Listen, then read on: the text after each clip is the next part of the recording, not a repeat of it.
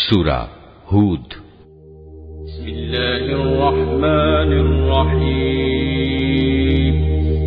রহমান রহিম আল্লাহ তাআলার নামে।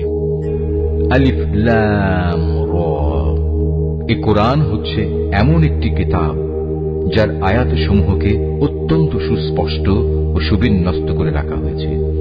অতঃপর এর বর্ণনা সমূহ এখানে বিশদভাবে বলে দেওয়া হয়েছে। এই কিতাব এক প্রজ্ঞাময় সর্বজ্ঞ সত্তার কাছ থেকেই তোমার কাছে এসেছে। এর বক্তব্য হচ্ছে, তোমরা আল্লাহ তাআলা ছাড়া আর কারো গোলামি করবে না, আর আমি তো তোমাদের জন্য তার কাছ থেকে আযাবের ভয় প্রদর্শনকারী ও জান্নাতের সুসংবাদ দানকারী মাত্র। উদ্দেশ্য হচ্ছে তোমরা যেন তোমাদের মালিকের দরবারে তোমাদের গুনাহ খাতার জন্য ক্ষমা চাইতে পারো, অতঃপর গুনাহ থেকে তওবা করে তাঁর দিকে ফিরে আসতে পারো। তাহলে তিনি তোমাদের একটি সুনির্দিষ্ট সময়সীমা পর্যন্ত উত্তম জীবন সামগ্রী দান করবেন এবং প্রতিটি মর্যাদাবান ব্যক্তিকে তার মর্যাদা অনুযায়ী পাওনা আদায় করে দেবেন। আর যদি তোমরা মুখ ফিরিয়ে নাও, তাহলে আমি অবশ্যই তোমাদের জন্য একটি কঠিন দিনের আযাবের ভয় করছি, কেননা এ জীবনের শেষে তোমাদের সবাইকে আল্লাহ তাআলার কাছেই ফিরে যেতে হবে এবং তিনি সর্ববিষয়ের উপর একক ক্ষমতাবান। সাবধান, এই নির্বোধ লোকেরা মনের কথা দিয়ে কিন্তু নিজেদের অন্তরসমূহকে ঢেকে রাখে, যেন আল্লাহর কাছ থেকে তা লুকিয়ে রাখতে পারে। কিন্তু এরা কি জানে না, যখন তারা কোনো কাপড় দিয়ে নিজেদের ঢেকে দেয়, তখন আল্লাহ তাআলা অবশ্যই জানেন তারা তার ভেতরে কোন বিষয় লুকিয়ে রাখছে আর কোন বিষয় তারা প্রকাশ করছে। অবশ্যই তিনি মনের ভেতরের সব কথা জানেন। জমিনের উপর বিচরণশীল এমন কোন জীব নেই যার রিজিক পৌঁছানোর দায়িত্ব আল্লাহর উপর নেই। তিনি যেমন তার আবাস সম্পর্কে অবহিত, তেমনি তার মৃত্যুর পর তাকে যেখানে সোপর্দ করা হবে তাও তিনি জানেন। এসব কথা একটি সুস্পষ্ট গ্রন্থে লিপিবদ্ধ আছে। আর তিনি আল্লাহ তাআলা, যিনি আসমান সমূহ ও জমিন 6 দিনের মধ্যে সৃষ্টি করেছেন। সে সময় তার আরশ ছিল পানির উপর। এর সৃষ্টি কৌশলের লক্ষ্য ছিল যেন তিনি এটা যাচাই করে নিতে পারেন তোমাদের মধ্যে কে তার আচার আচরণে সর্বোৎকৃষ্ট।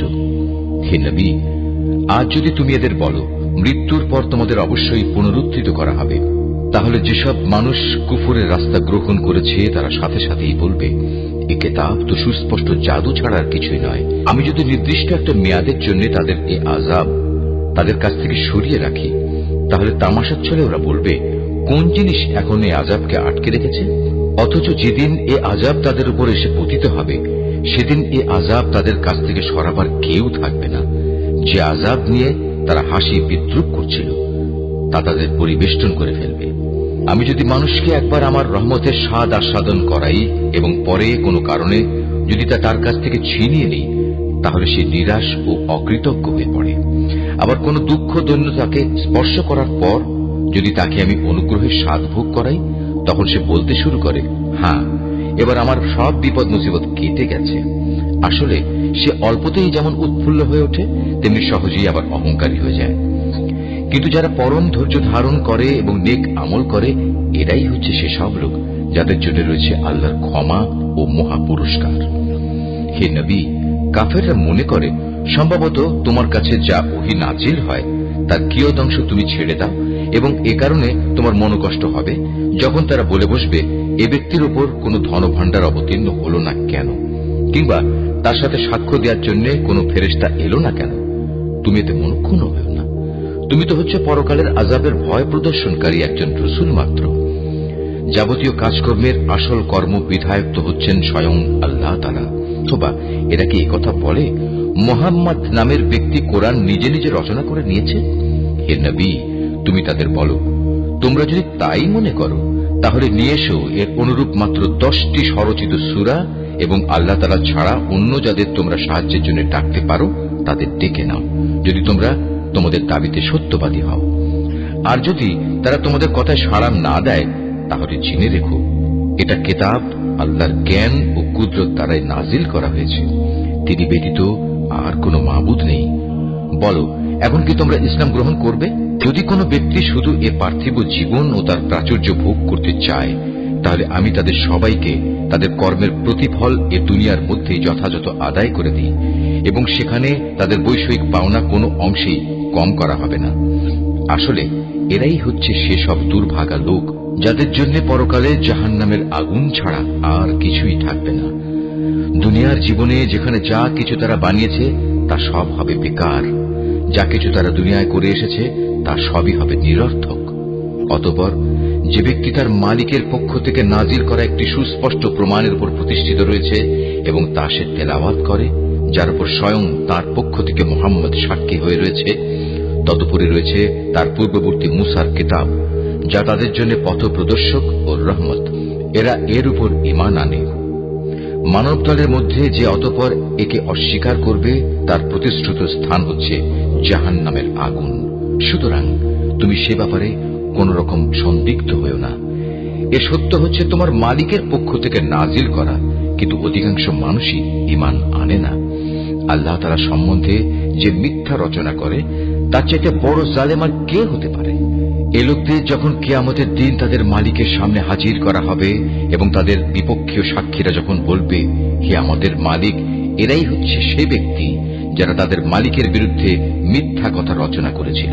হ্যাঁ, আজ জালেমদের উপর আল্লাহ তাআলার অভিসম্পাত।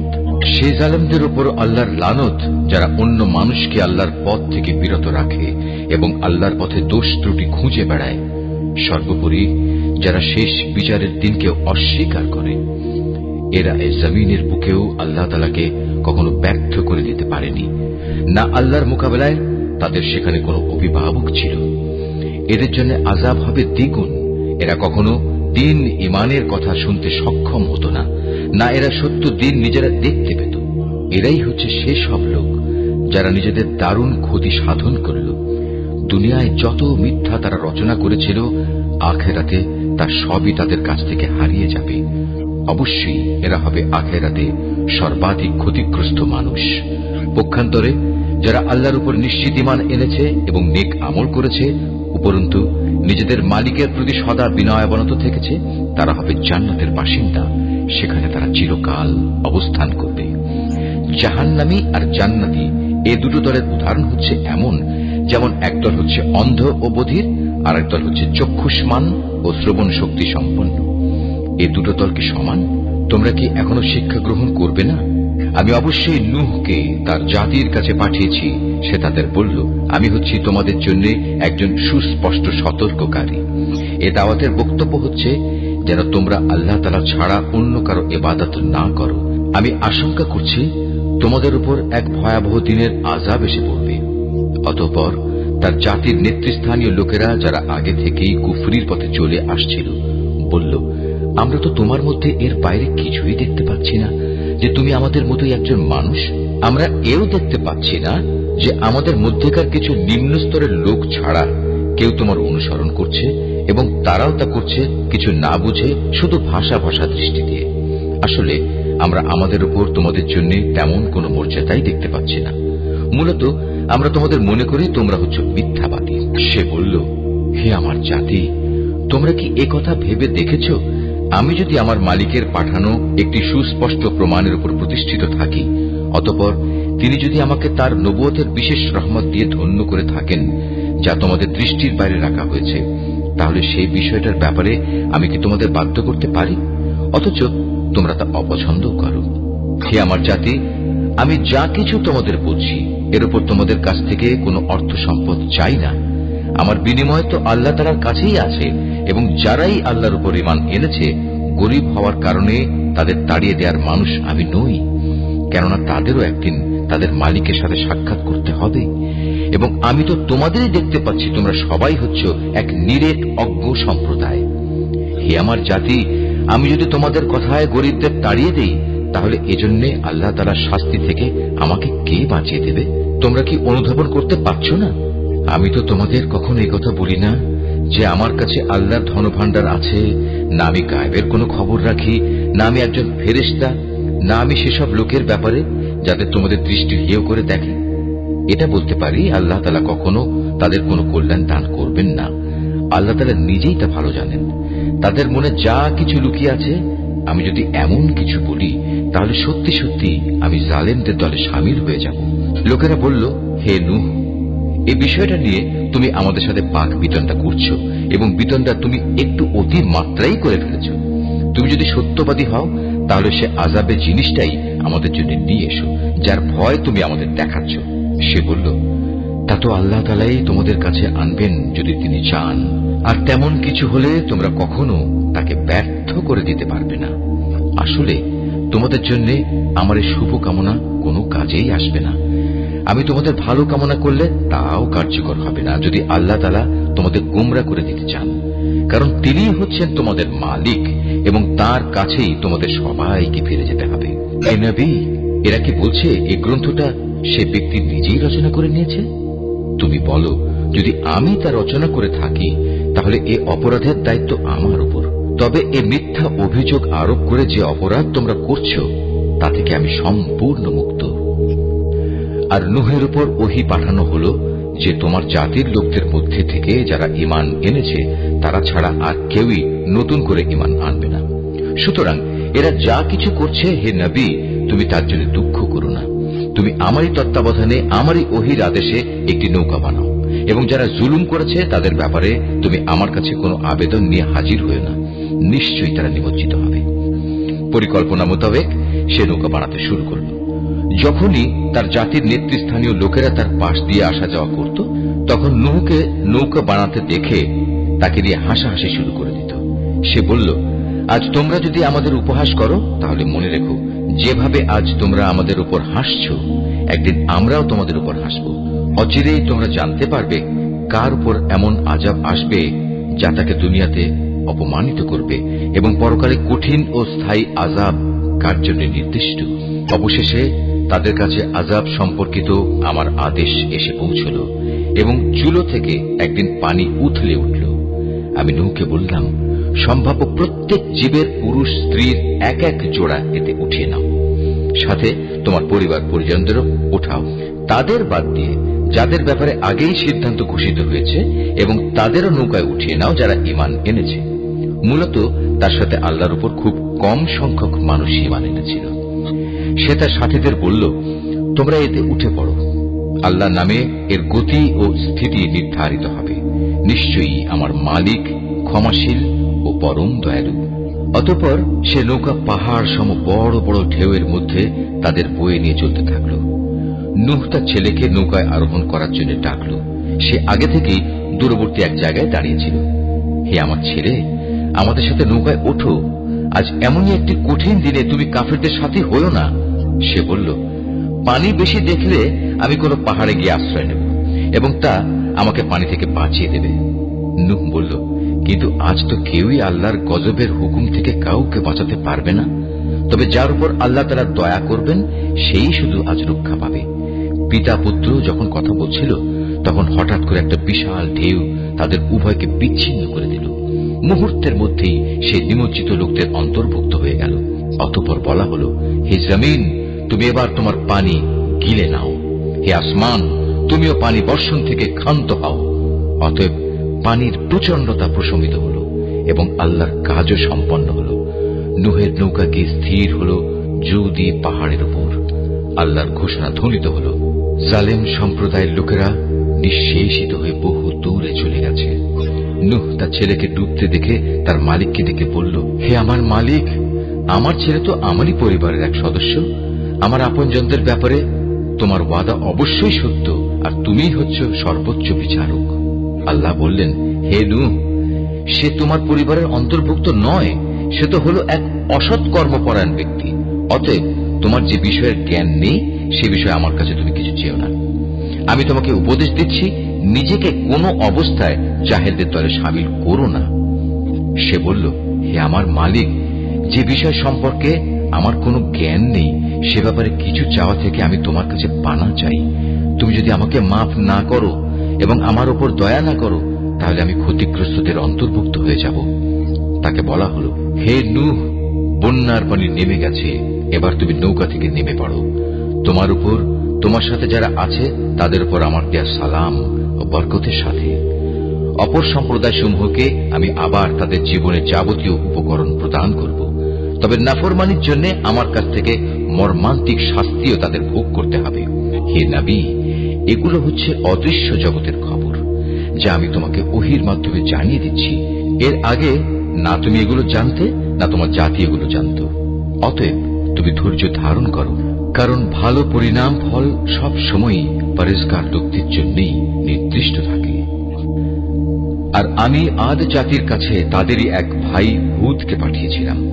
সে তাদের বলল, হে আমার জাতি, তোমরা ইবাদত করো একমাত্র আল্লাহ তাআলার, তিনি ছাড়া তোমাদের আর কোনো মাবুদ নেই। তোমরা তো কতিপয় মিথ্যা রচনাকারী ছাড়া আর কিছুই নাও। হে আমার জাতি, আল্লাহর দিকে ডেকে এর জন্য আমি তোমাদের কাছে কোনো পারিশ্রমিক দাবি করছি না। আমার যাবতীয় পাওনা তো আল্লাহ তাআলার কাছেই, যিনি আমাকে পয়দা করেছেন। তোমরা কি বুঝতে পারছো না? হে আমার জাতি, তোমরা তোমাদের মালিকের কাছে গুনাহ খাতা মাফ চাও, অতঃপর তোমরা তার দিকেই ফিরে আসো। তিনি খুশি হয়ে তোমাদের উপর প্রচুর বৃষ্টি বর্ষণকারী মেঘমালা পাঠাবেন এবং তোমাদের আরো শক্তি যুগিয়ে তোমাদের বর্তমান শক্তি আরো বাড়িয়ে দেবেন। অতএব তোমরা অপরাধী হয়ে তার ইবাদত থেকে মুখ ফিরিয়ে নিও না। তারা বলল, হে হুদ, তুমি তো আমাদের কাছে ধরা ছোঁয়ার মতো কোনো স্পষ্ট দলিল প্রমাণ নিয়ে আসনি। শুধু তোমার মুখের কথায় আমরা কিন্তু আমাদের দেবতাদের ছেড়ে দেওয়ার লোক নই। আমরা তোমার উপর বিশ্বাস করে মোমেনও হয়ে যাব না। আমরা তো বরং বলি, আসলে আমাদের কোন দেবতা অশুভ কিছু দ্বারা তোমাকে আবিষ্ট করে ফেলেছে। এ উদ্ভট কথা শুনে সে বলল, আমি আল্লাহকে সাক্ষী করছি এবং তোমরাও আমার এই কথায় সাক্ষী হও। তোমরা যেভাবে আল্লাহর সাথে শিরক করো, আমি তা থেকে সম্পূর্ণ মুক্ত। যাও, তোমরা সবাই মিলে আল্লাহ তাআলাকে বাদ দিয়ে আমার বিরুদ্ধে যত রকম ষড়যন্ত্র করতে চাও করো। অতঃপর আমাকে কোন রকম প্রস্তুতির অবকাশ দিও না। কিন্তু আল্লাহ তাআলার উপরে ভরসা করি, যিনি আমার মালিক, তোমাদেরও মালিক। বিচরণশীল এমন কোন প্রাণী নেই যার নিয়ন্ত্রণ তাঁর হাতের মুঠোয় নয়। অবশ্যই আমার মালিক সঠিক পথের উপর রয়েছেন। এ সত্ত্বেও যদি তোমরা মুখ ফিরিয়ে নাও, তাহলে জেনে রেখো, আমি যে পয়গাম তোমাদের কাছে পৌঁছে দেওয়ার জন্য প্রেরিত হয়েছিলাম তা আমি তোমাদের কাছে পৌঁছে দিয়েছি। অচিরেই আমার মালিক অন্য কোন জাতিকে তোমাদের স্থলাভিষিক্ত করবেন। সে অবস্থায় তোমরা তার কোনো ক্ষতি সাধন করতে পারবে না। অবশ্যই আমার মালিক প্রত্যেকটি বস্তুরই রক্ষণাবেক্ষণ করেন। অতঃপর যখন আমার আযাব সম্পর্কিত হুকুম এলো, তখন আমি হুদকে এবং তার সাথে যত ঈমানদার ছিল তাদের আমার রহমত দ্বারা আযাব থেকে বাঁচিয়ে দিয়েছি। এভাবেই আমি তাদের এক কঠিন আযাব থেকে রক্ষা করেছি। এ হচ্ছে আদ জাতি ও তাদের কাহিনী। তারা তাদের মালিকের আয়াতসমূহ অস্বীকার করেছিল, তারা তার রাসূলদের নাফরমানি করেছিল। সর্বোপরি তারা প্রত্যেক উদ্ধত স্বৈরাচারীর নির্দেশ মেনে নিয়েছিল। পরিশেষে এ দুনিয়ায় আল্লাহর অভিশাপ তাদের পিছু নিল। কিয়ামতের দিনও এ অভিশাপ তাদের পিছু নেবে। ভালো করে শুনে রেখো, আদ জাতি তাদের মালিককে অস্বীকার করেছিল। এও জেনে রেখো, ধ্বংসই ছিল হুদের জাতি আদের একমাত্র পরিণতি। আমি সামুদ জাতির কাছে তাদেরই এক ভাই সালেহকে পাঠিয়েছিলাম। সে তাদের বলল, হে আমার জাতি, তোমরা সবাই একান্তভাবে আল্লাহর ইবাদত করো। তিনি ছাড়া তোমাদের আর কোনো মাবুদ নেই। তিনি তোমাদের এই জমিন থেকেই পয়দা করেছেন এবং তাতেই তিনি তোমাদের বসবাস করিয়েছেন। অতএব কৃতজ্ঞতা স্বরূপ তোমরা তার কাছে গুনাহের জন্য ক্ষমা প্রার্থনা করো। অতঃপর তওবা করে তার দিকে ফিরে এসো। অবশ্যই আমার মালিক প্রত্যেকের একান্ত নিকটবর্তী এবং প্রত্যেক ব্যক্তির ডাকে তিনি জবাব দেন। তারা বলল, হে সালেহ, এর আগে তুমি এমন একজন মানুষ ছিলে যার ব্যাপারে আমাদের মধ্যে অনেক বড় বড় আশা করা হতো। আর এখন কি তুমি আমাদের সেসব মাবুদের ইবাদত থেকে বিরত রাখতে চাও যাদের ইবাদত আমাদের পিতামাতারা যুগ যুগ থেকে করে আসছে? আসলে তুমি যে দিনের দিকে আমাদের ডাকছো, সে ব্যাপারে আমরা সন্দেহে নিমজ্জিত আছি। এ ব্যাপারে আমরা খুব দ্বিধাগ্রস্তও বটে। সে বলল, হে আমার জাতি, তোমরা কি এ বিষয়টা নিয়ে একটু চিন্তা করে দেখোনি যে যদি আমি আমার মালিকের পক্ষ থেকে একটি সুস্পষ্ট দলিলের উপর প্রতিষ্ঠিত থাকি এবং তিনি যদি আমাকে তার অনুগ্রহ দিয়ে ধন্য করে থাকেন, তা সত্ত্বেও যদি আমি কোনো গুনাহ করে বসি, তাহলে কে এমন আছে যে আল্লাহর মোকাবেলায় আমাকে সাহায্য করবে? আসলে অন্যায় আবদার করে তোমরা আমার ক্ষতির পরিমাণে শুধু বৃদ্ধি করছো। হে আমার সম্প্রদায়, এ হচ্ছে আল্লাহ তাআলার পাঠানো উটনী। তোমরা যে নিদর্শন চাচ্ছিলে, এটা হচ্ছে তোমাদের জন্য সেই নিদর্শন। অতএব আল্লাহর এই নিদর্শনকে ছেড়ে দাও। সে আল্লাহর জমিনে চড়ে খাক, তাকে কোন রকম কষ্ট দেওয়ার নিয়তে ছুঁয়ো না। তেমনটি করলে সাথে সাথেই একটি বড় ধরনের আযাব তোমাদের পাকড়াও করবে। অতঃপর তারা সেটিকে বধ করে ফেলল। তখন সে বলল, চলে যাও, তোমরা তোমাদের নিজ নিজ ঘরে 3 দিন জীবন উপভোগ করে নাও। আযাবের ব্যাপারে আল্লাহর এ ওয়াদা কখনো মিথ্যা হবার নয়। এরপর ওয়াদা মতো যখন আমার আযাবের নির্দেশ এলো এবং তা তাদের ভীষণভাবে পাকড়াও করল, তখন আমি সালেহকে এবং তার সাথে আরো যারা ঈমান এনেছিল তাদের সবাইকে আমার রহমত দিয়ে সেদিনের অপমানকর আযাব থেকে বাঁচিয়ে দিলাম। অবশ্যই হে নবী, তোমার মালিক শক্তিমান ও পরাক্রমশালী। অতঃপর যারা আল্লাহর দ্বীনের সাথে জুলুম করেছে, এক মহানাদ এসে তাদের মরণ আঘাত করল। ফলে তারা নিজ নিজ ঘরে মুখ থুবড়ে পড়ে রইল। তাদেরকে মনে হলো যেন তারা কোনোদিন সেখানে বসবাসই করেনি। শুনে রাখো, সামুদ জাতি তাদের মালিককে অস্বীকার করেছিল। আরো জেনে রেখো, নির্মম এক ধ্বংসই ছিল সামুদ জাতির জন্য নিকৃষ্ট পরিণাম। একদিন আমার পাঠানো ফেরেশতারা বিশেষ একটি সুসংবাদ নিয়ে ইব্রাহিমের কাছে এলো। তারা তার কাছে এসে বলল, তোমার উপর শান্তি বর্ষিত হোক। সেও জবাবে বলল, তোমাদের উপরও শান্তি বর্ষিত হোক। অতঃপর সে তাড়াহুড়ো করে এদের মেহমানদারির জন্য একটা ভুনা গোবৎস নিয়ে এলো। কিন্তু সে যখন দেখল তারা তার খাবারের দিকে হাত বাড়াচ্ছে না, তখন তাদের এ বিষয়টি তার কাছে খারাপ লাগলো এবং তাদের সম্পর্কে তার মনে একটা প্রচ্ছন্ন ভয়ের সৃষ্টি হল। তারা ইব্রাহিমকে বলল, আমাদের ব্যাপারে তুমি কোন রকম ভয় করো না, আমরা প্রেরিত হয়েছি লূতের জাতির প্রতি। আর ইব্রাহিমের স্ত্রী যে সেখানে দাঁড়িয়েছিল, এদের কথাবার্তা শুনে সে হাসল। অতঃপর আমি তাকে তার ছেলে ইসহাক ও তার পরবর্তী পুত্র ইয়াকুবের জন্মের সুসংবাদ দিলাম। সে এটা শুনে বলল, কি আশ্চর্য, আমি কি করে সন্তান জন্ম দেব? আমি তো এখন বৃদ্ধা হয়ে গেছি, আর এই যে আমার স্বামী, সেও তো বৃদ্ধ হয়ে গেছে। এমন কিছু হলে এটা আসলেই একটা আশ্চর্যজনক ব্যাপার হবে। তারা বলল, তুমি কি আল্লাহর কোনো কাজে বিস্ময়বোধ করছো? নবীর পরিবার পরিজন হিসেবে তোমাদের উপর আল্লাহর বিশেষ রহমত ও তার অনুগ্রহ রয়েছে। অবশ্যই আল্লাহ তাআলা প্রচুর প্রশংসা ও বিপুল সম্মানের মালিক। অতঃপর যখন ইব্রাহিমের মন থেকে ভীতি দূরীভূত হয়ে গেল এবং ইতোমধ্যে তার কাছে সন্তানের ব্যাপারেও সুসংবাদ পৌঁছে গেল, তখন সে লূতের সম্প্রদায়ের কাছে আযাব না পাঠানোর ব্যাপারে আমার সাথে যুক্তিতর্ক করল। আসলে স্বভাবের দিক থেকে ইব্রাহিম ছিল সহনশীল, কোমল হৃদয় ও সর্বাবস্থায় আল্লাহর প্রতি নিবেদিত। আমি তাকে বললাম, হে ইব্রাহিম, এ যুক্তিতর্ক থেকে তুমি বিরত হও। এদের ব্যাপারে তোমার মালিকের সিদ্ধান্ত এসে গেছে। এখন এদের উপর এমন এক ভয়ানক শাস্তি আসবে যেটা কারো পক্ষেই রোধ করা সম্ভব হবে না। যখন আমার প্রেরিত ফেরেশতারা লূতের কাছে এলো, সে এদের অকস্মাৎ আগমনে কিছুটা বিষণ্ণ হল।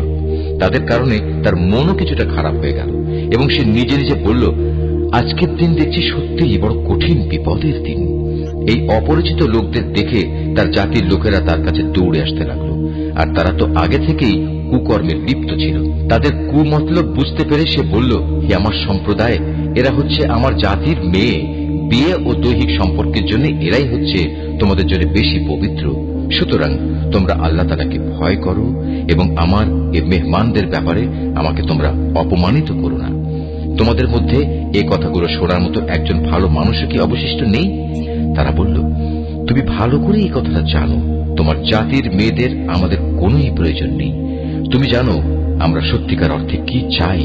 সে এদের অশালীন কথাবার্তা শুনে বলল, কত ভালো হতো যদি আজ তোমাদের উপর আমার কোনো ক্ষমতা চলত, কিংবা যদি তোমাদের মোকাবেলায় আমি কোনো একটি শক্তিশালী স্তম্ভের আশ্রয় গ্রহণ করতে পারতাম।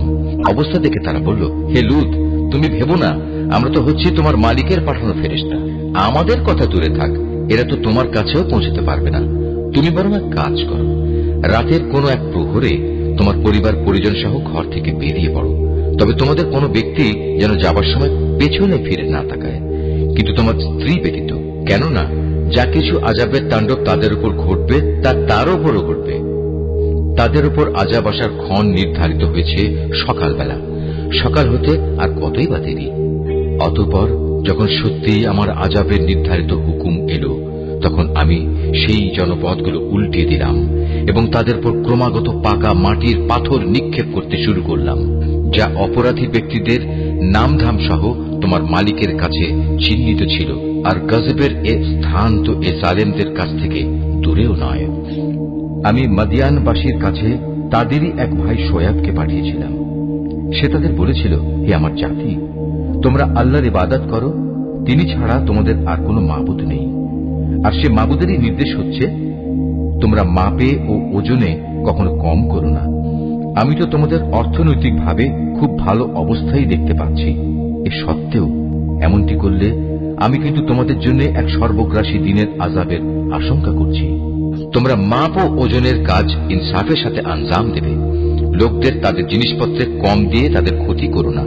মাপে তারতম্য করে জমিনে বিশৃঙ্খলা সৃষ্টি করো না।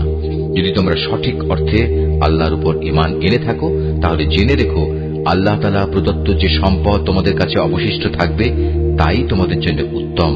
আমার কাজ শুধু তোমাদের বলা, আমি তো তোমাদের উপর পাহারাদার নই। তারা বলল, হে শোয়েব, তোমার নামাজ কি তোমাকে এই আদেশ দেয় যে আমরা আমাদের দেবতাদের ইবাদত ছেড়ে দেব, বিশেষ করে এমন সব দেবতাদের যাদের ইবাদত আমাদের পিতৃপুরুষরা করত? তোমার নামাজ কি তোমাকে এই আদেশ দেয় যে আমরা আমাদের ধন সম্পদ নিয়ে যা করতে চাই তা আর করতে পারবো না? আমরা জানি নিশ্চয়ই তুমি একজন ধৈর্যশীল নেককার মানুষ। সে বলল, হে আমার জাতি, তোমরা কি কখনো এই কথা ভেবে দেখেছ, যদি আমি আমার মালিকের পাঠানো একটি সুস্পষ্ট দলিলের উপর প্রতিষ্ঠিত থাকি, অতঃপর তিনি যদি আমাকে তার কাছ থেকে উত্তম রিজিকের ব্যবস্থা করেন, তাহলে কি আমি তোমাদের তার পথে ডাকবো না? আমি কখনো এটা চাই না যে কথা থেকে আমি তোমাদের বারণ করি নিজে তার বিরুদ্ধে চলব। আসলে আমি তো এর বাইরে আর কিছুই চাই না, যে যতদূর আমার পক্ষে সম্ভব আমি তোমাদের সংশোধন করে যাব। আমার পক্ষে যতটুকু কাজ আঞ্জাম দেয়া সম্ভব তা তো একান্তভাবে আল্লাহ তাআলার সাহায্য দ্বারাই সম্ভব। আমি তো সম্পূর্ণ তো তাঁর উপরে নির্ভর করি এবং সব ব্যাপারে আমি তাঁরই দিকে ধাবিত হই। হে আমার জাতি, আমার বিরুদ্ধে তোমাদের জেদ এবং শত্রুতা যেন তোমাদের জন্য এমন এক আযাবজনিত বিষয়ের কারণ না হয়ে দাঁড়ায় যে তোমাদের উপরও সে ধরনের কিছু আপতিত হবে, যেমনটি নূহ কিংবা হুদ অথবা সালেহ জাতির উপর আপতিত হয়েছিল। আর লুতের সম্প্রদায়ের পাথর বর্ষণের সে স্থানটি তো তোমাদের থেকে খুব বেশি দূরেও নয়। তোমরা তোমাদের মালিকের কাছে নিজেদের গুনার জন্য ক্ষমা প্রার্থনা করো, অতঃপর তওবা করে তাঁর দিকেই ফিরে এসো। অবশ্যই আমার মালিক পরম দয়ালু ও স্নেহময়। তারা বলল, হে শোয়েব, তুমি যে ভালো ভালো কথাবার্তা বলো তার অধিকাংশ কথাই আমাদের ঠিক মতো বুঝে আসে না। আসল কথা হচ্ছে, আমরা তোমাকে দেখতে পাচ্ছি তুমি আমাদের মাঝে খুবই দুর্বল।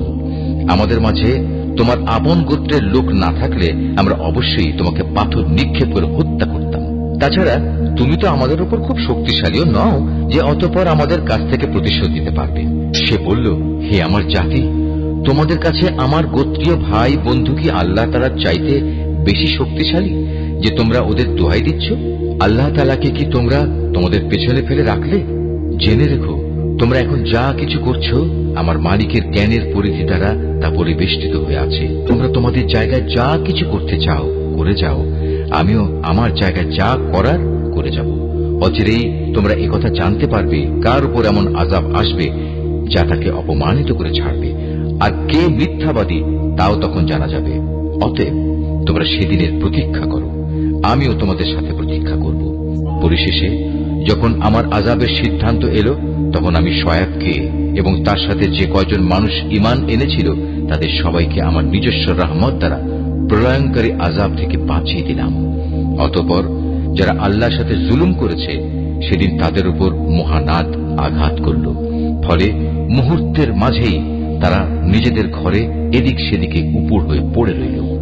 অবস্থা এমন হল যেন সে জনপদে কখনো তারা কোনো প্রাচুর্যই অর্জন করেনি।